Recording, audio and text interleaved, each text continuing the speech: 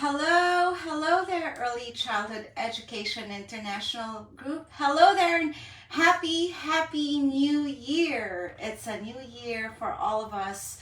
Wherever you're, wherever you are in this part of the world, whatever the time is right now, I just want to take some time to greet you a happy New Year. I'm sorry I'm a little bit late in the game. In fact, probably 8 to 9 days late, and I've been away. I've been out with my family for the past 3 weeks, just learning to deepen my roots once again. Because, as some of you might know, I live in Australia. So, hello to all of you who are watching right now. Hello to all of you who will be watching the replay. My name is Bettina Atwill, and I'm one of the administrators of the Early Childhood Education International Group. And this is a group where we get to talk about anything and everything that is related to early childhood education.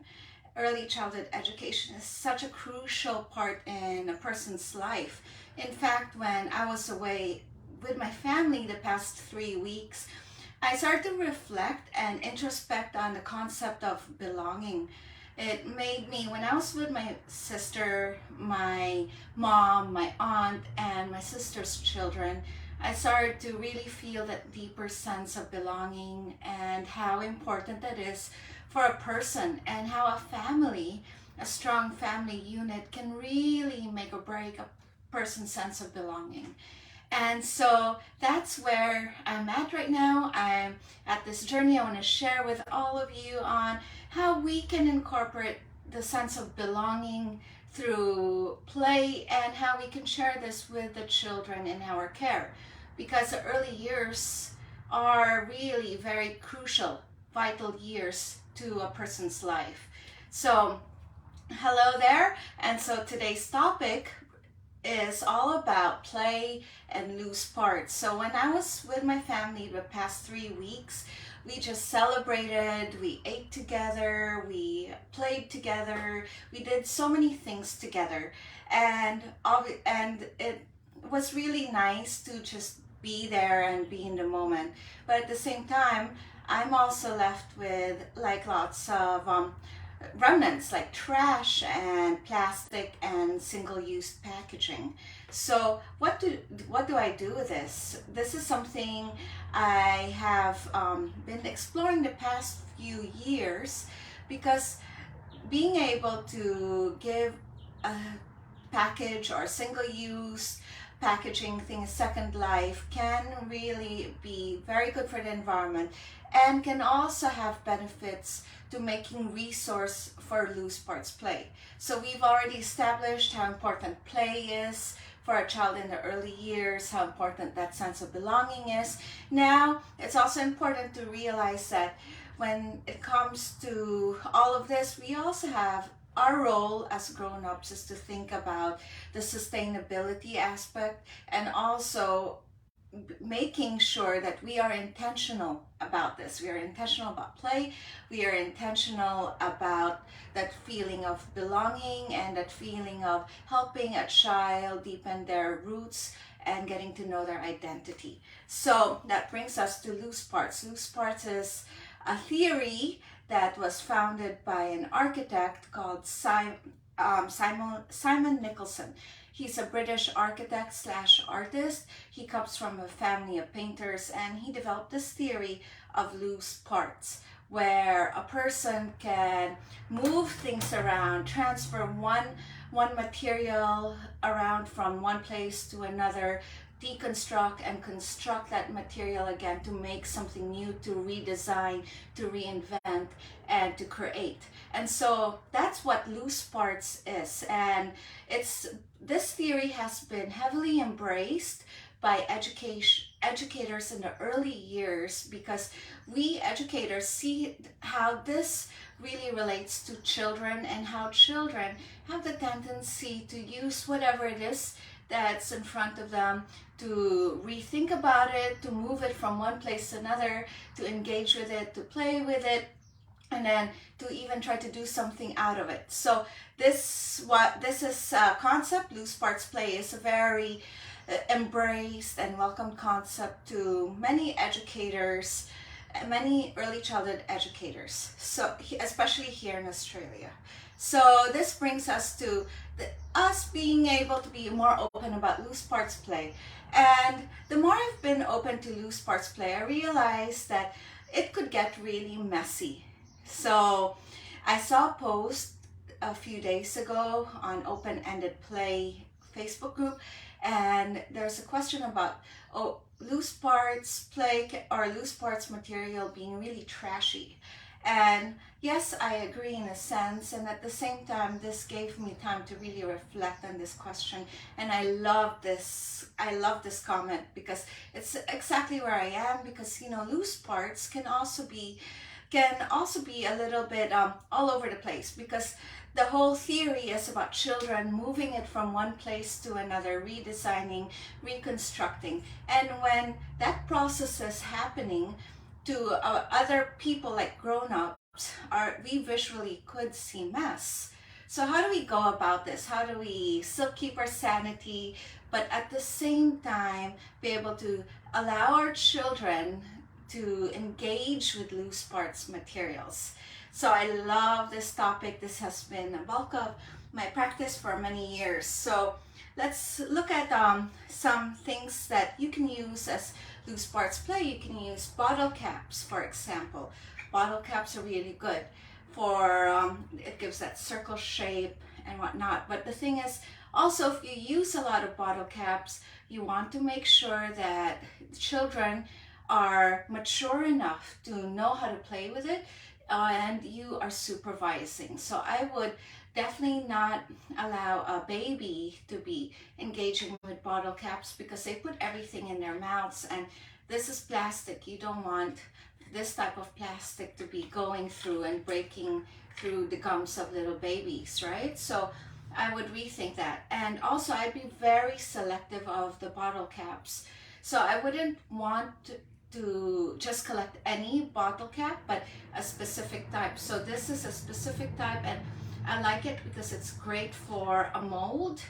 And so this is something my child did with just loose parts materials, old wooden materials, and some glue, and he glued this a few weeks ago, and the glue's dried up, and now when you take it out of its mold, it's like a little sun catcher. And it's very simple, but it is a product of the process of a child who plays glue and this thing together. And the important thing about loose parts is we always have to consider what it's like from the children's point of view. So we do things based on what the children want to lead us to, and we create resources or create an environment for that. So that's a concept. Okay, so another thing also I notice about with loose parts play is that one good thing we can always use is cardboard. Cardboard is really good for children to be able to explore. They can build with cardboard, they can stuff things in cardboard and everything. But if you have like a lot of cardboard that's just like this, and you put it all in one area, I can really see how it can look pretty trashy, how it just looks like a lot of trash. Okay, so now one hack I learned about cardboard is that you want to make sure that you want to make sure that the cardboard you use is child friendly. So for example, this cardboard is from a box, and it's very, very thick. So little hands won't be able to fold this and manipulate this. So one way you can work around this is to probably just open it up and just cut out the little designs around here. And that could be something that children use in the future for like their collage or art and craft, but you can just cut it out. So when you put it in an area, it doesn't look too messy. Okay, so that's one way you can do, but with hard cardboard, it can be very hard for children to write on it or to draw on it.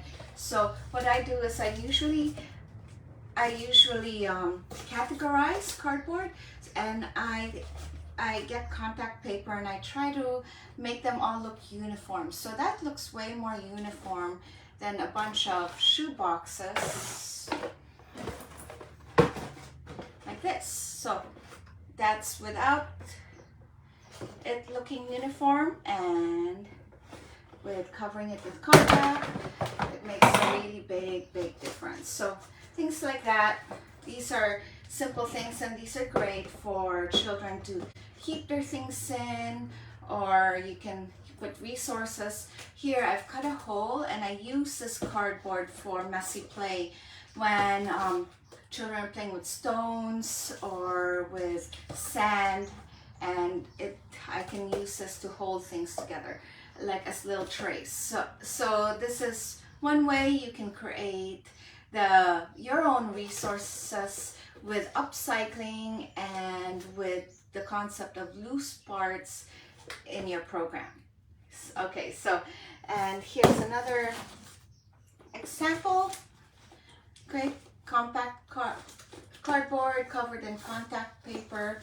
So it's an old shoe box, and now it's storage for our Christmas things when it's Christmas time. Now, I just talked about the hard cardboard. This is soft cardboard, the ones from cereal boxes or some everyday products. So these cardboard you can use for art and craft. They're very soft for children to be able to manipulate. But once again, it just all the packaging and the marketing makes it look so trashy. So that's one thing I don't really appreciate about upcycling, how all the packaging has so much messages, and how it can just be so visually, it's just so visually disturbing sometimes. Okay, so one trick, if the children are really interested in making buildings and arts and crafts, and you want to give them different mediums to play with instead of just paper, and you want cardboard, is instead of just displaying your area like this, I would fold it up inside out and tape it up and put it back together. So it looks like this now, and that looks way cleaner than this. So that's one thing you can do when you're getting your children to engage in loose parts, and then this can be something they can draw on, they can do anything with this. And this is how they engage with this loose material. Okay, so that's one thing. And also we've got lots of single-use packaging like plastic. Okay, what I used to do is I used to cut up the design and let the children use it for collage and all of that. You can do that, but it takes forever, and so I really don't have the time. I'm always under time pressure, so I don't have time to be cutting things up. And the thing is about gluing plastic is plastic never stays glued to paper. It's always going to rip off, and it's just so time consuming. So what I do is, instead of sending the plastic into landfill, I stuff it in a bean bag. So this is a bean bag, and it's got all the plastic in here. So instead of plastic going into landfill, instead of you sending plastic into landfill, you're creating another chair for your child, or another chair for your student, whoever it is, whoever the child is that you are caring for. So that's one way to handle plastic. So yeah, there's so many ways you can engage with loose parts. Just remember that children need loose parts play, but it doesn't mean that it's only just for children. We ourselves can play with these materials and be able to innovate and be creative with what we've got. So here's a container lid of a yogurt, okay? Instead of these things, for a while they weren't allowed to be recycled, so you can cut through it and it becomes like a viewfinder. So when you're out in nature, you can use this as your viewfinder. And that's another thing.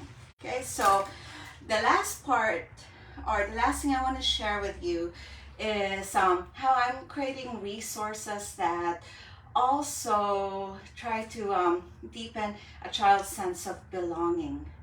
So that sense of feeling of belonging is very important for me, mostly because this is something I felt so much in the past 3 weeks when I was with my family, and also made me realize how important it is for a child to be able to really have a deep sense of belonging.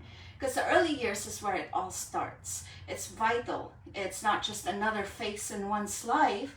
It is the phase in one's life where when they grow up, they're always going to be speaking to their inner child and referring to their early experiences. So you want to make sure that sense of belonging is you do what you do, or you can do what you do to help a child deepen that sense of belonging and their identity. So here are some offcuts. My husband loves to do like DIY stuff around the house, and he always has offcuts of lots of wood. And so to help deepen your children's sense of belonging, I not only use it for block play, but I also put in pictures. So hi Chriselle, hi Kate. Hi Bunny, hope you're still watching, and thank you for coming by. Happy New Year to all of you. So I hope you get to use these things, because everything I'm sharing with you today are things that you can do with what you've got. You don't need to buy any expensive resources, but you can do with what you've got in your centers. So these are just offcuts of wood. They are no longer used, so instead I use them for blocks, and you can stick pictures on them as well. So for example, these pieces of wood, okay, I really wanna, as I mentioned, how important that sense of belonging is. So over the holidays, we went to the aquarium, and marine biology is a really big thing in our family, runs through our blood, and it started with my dad. And since we lost him this last year, like this trip was really about learning to live with each other, learning to rekindling our love for each other despite our loss. So this was a really nice trip in the aquarium where we got to see what he was so passionate about, and at the same time appreciate what was in front of us. So I made these belonging blocks. And here's a old block, loose parts again, just an offcut. My daughter stuck some cork here to make like a little house figure, and we place a picture of my dad and my daughter and my son. And just like these are just little things that you can do, incorporate into your block play. If you have children who come to you as students, you can do one for each of them, give them each a block with their faces. This is really great for that deepening that sense of belonging in that specific space. So like you can do like just portrait blocks and stuff like that, and then incorporate it with your cardboard play and make like cardboard cities with your blocks and their faces. So these are just really simple things you can do with what you've got at home. That's a great thing about using loose parts play through a sustainable mindset. So that's where I'm coming from. That's like my niche, trying to find the best kinds of play with what you've got and with being sustainable as well. So that's it for now.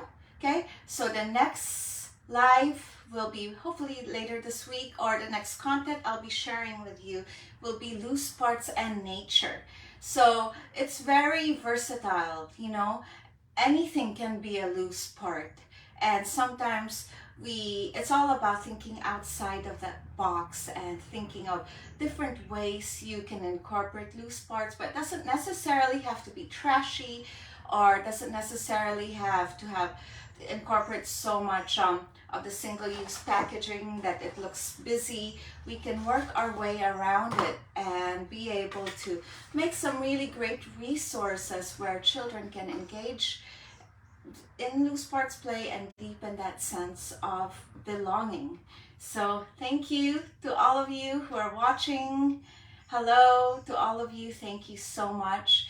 If you do find some sort of relevance in this live, please come and comment. Tell me what you think. If you have a question, come comment.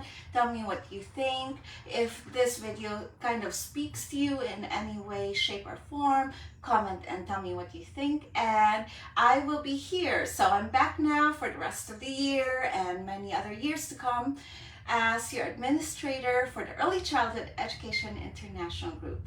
Okay, thank you to all of you who are watching, and I wish you all a happy new year and cheers to us for 2023. Take care now, and I'll see you soon for loose parts and nature play. See you. Bye.